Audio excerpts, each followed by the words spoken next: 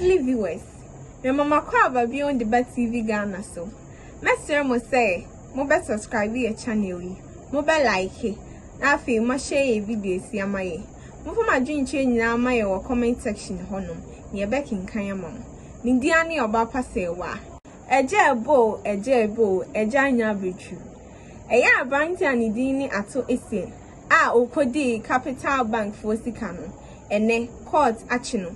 Ama wajeli ni 15 years say onkotre aban kukumu na onye adwumaden emfa mbo oman Ghana.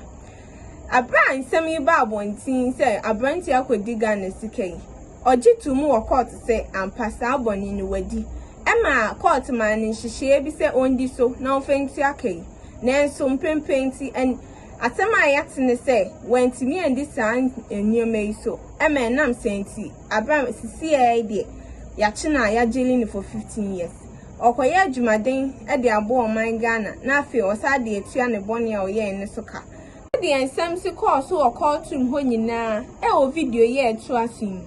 Mesem say ye beji bre na ahwe video yi na ye ba de aka nyina ye de beto aso ama. Me dia ne oba pasewa aha ye TV Ghana so. Yes, I'm blessed. Like I'm telling you, the founder of the defunct bank had two lifelines, like you mentioned, to actually pay up those amounts or go to jail. He had not paid that amount. Richard Kojo start through proceedings for us. So, Richard, what was the reasoning of the court in handing out this judgment? Well, so the court took notice of the fact that on the 27th of July 2023, Mr. Essien was given a lifeline to pay the remaining amount. So that was 55 million Ghana cedis. So the judge indicated that he expected Mr. Essien to redeem himself, having that long stretch of time from the vacation period up to 2 months. So today when they came to court, he was expecting the news from Mr. Essien that I have the money, I am coming to pay. So he defaulted in the April deadline and then defaulted in the August 31st deadline, and which gave the court no other option than to pass a sentence on him. You know that the court held the sentence in abeyance because they reached an agreement, and the agreement was that he was supposed to pay them in tranches. And so the first tranche elapsed, he couldn't pay, and then the second tranche, and so the last tranche was going to be in December. And so today, Mr. Essien held before Thaddeus Sorry and indicated or pleaded with the courts that, well, they have done a lot, and then they have put in place mechanisms to ensure that they get the money to pay. And so the court should temper justice with mercy and give them some more time in order to pay. But the court said they have granted them enough time, and if they continue to give them time, they don't know to which end they are going to give that kind of time. And so a motion was filed by the state, by the Republic, passing or urging the court to pass a custodial sentence on Mr. Essien, and the court obliged. So you are telling us that all these pleas by lawyers for Mr. Essien were simply not listened to by the court. Tell us also about the counts. There were several counts. In fact, if you look at all the counts and the sentencing, it could pass off around 90 years plus. But that is not actually how long Mr. Essien is going to spend in court. He's going to spend 15 years in hard labor. Tell us about those details and how you are computing this term of jail. So his charges related to stealing, conspiracy to steal, money laundering, and all of that. So when the judge put all of them together, about 16 of the counts, and so he counted with each count, he passed a sentence. Some of the sentence range from 1 year, 2 years, some 10 years, some 7 years, some 11 years, and all of that. But the highest sentence related to stealing, and which he had 15 years, considering the fact that he is a first offender. And the court also took notice of the fact that his actions caused incalculable losses of jobs to innocent citizens, considering the fact that he actually took money and decided to open his own bank as well. And so he, by so doing, other people were deprived of jobs and the others. So when you put all the count together and the sentences together, it went up to 95 years. So he was supposed to serve 95 years, but because he is serving them concurrently, we take the highest form of sentence, which is 15. And so that is why Mr. Essien is going in for 15 years.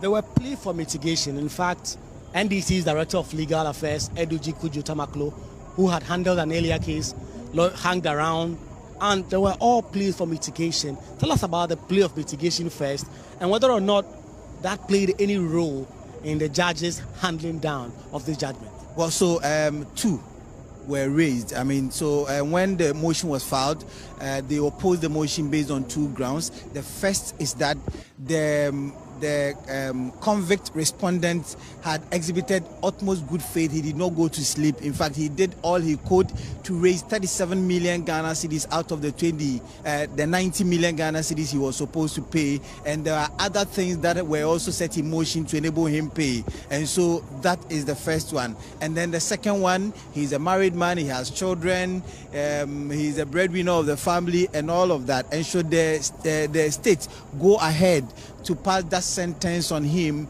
the state's ability to retrieve the monies that are left, the 53 million that is left for him to pay, will be very difficult, because now when the sentence was passed on him and the license was revoked, he was not working, he couldn't travel, and he has some works and businesses overseas, and so he couldn't do anything. So the court should take into consideration these facts that they have put before him, and then grant them 6 more months to enable them pay. So that was the last thing that Mr. Bonsuishia indicated, that the court should, for the final time and the last time, grant Mr. Essien 6 more months to enable them pay. In fact, there was this project at Pram Pram that was valued at $10 million, and he said that they are in the process of doing that, and so should they even get that amount, it will be able to offset the remaining amount that they have. And so these were the plea of Mr. Essien's lawyers. So, like you heard there, the breaking news story we are covering for you right here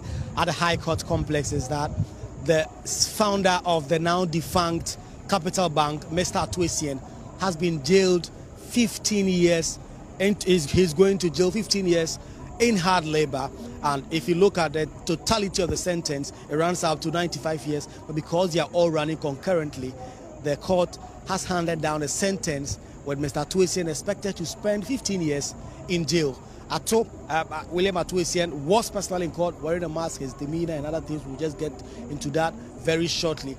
But the plea for mitigation, we are expecting the High Court's full ruling at a later date. We'll know whether or not this plea of mitigation played any role in Justice Eric Chebafor's judgment. Of course, if it did not, then it will mean that if the plea was taken, the sentence could have come down a little bit. But if it was not taken, it means that it could have gone a little bit higher. So it appears all that will come into some... So the judge took into consideration all of this, because he stated that for one of the sentences, Mr. Essien could have gone in for 25 years. There was one that he could have gone in for more than 20 years. But because he acceded to the plea that they put before him, and that is why they were all reduced, considering the fact that he was a first-time offender, and then he took steps to pay. But the judge also indicated something, that when Mr. Essien continued to plead not guilty and allowed the state to call witnesses, about 17 of the witnesses, and then wasted everybody's time until the final day when he saw that judgment was going to be passed, and then pleaded guilty. All of these things, he also took them into consideration. Otherwise, maybe the sentence could have come down if he had pleaded guilty from the outset. So if Mr. Essien pleaded guilty from the start, he could have gotten a much lesser sentencing. But as it is now, he's going to spend 15 years in jail in hard labor. What was the demeanor of Mr. Essien in court whilst all this was happening? I entered the court at some point, I saw him, lawyers around him trying to calm him down. What was his demeanor throughout the proceedings today? Well, so I saw him in the company of a very beautiful woman, a fair-colored woman. I don't know whether that woman is the wife. That woman kept on bowing the head and then listening to the proceedings. Mr. Essien himself was in mask, and at the time the sentence was passed, I saw him, the eyes were teary. I don't know, he was very sad. So a lot of the people, the lawyers, you saw Eduji Tamaklo and then his lawyer Bonsuishia also go there to console him. I don't know, I mean, the words they exchanged with him, maybe they were trying to say that, well, it will be well. For 15 years, you may come back and all of that.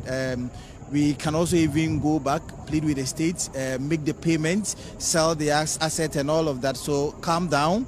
This is not the end of the world.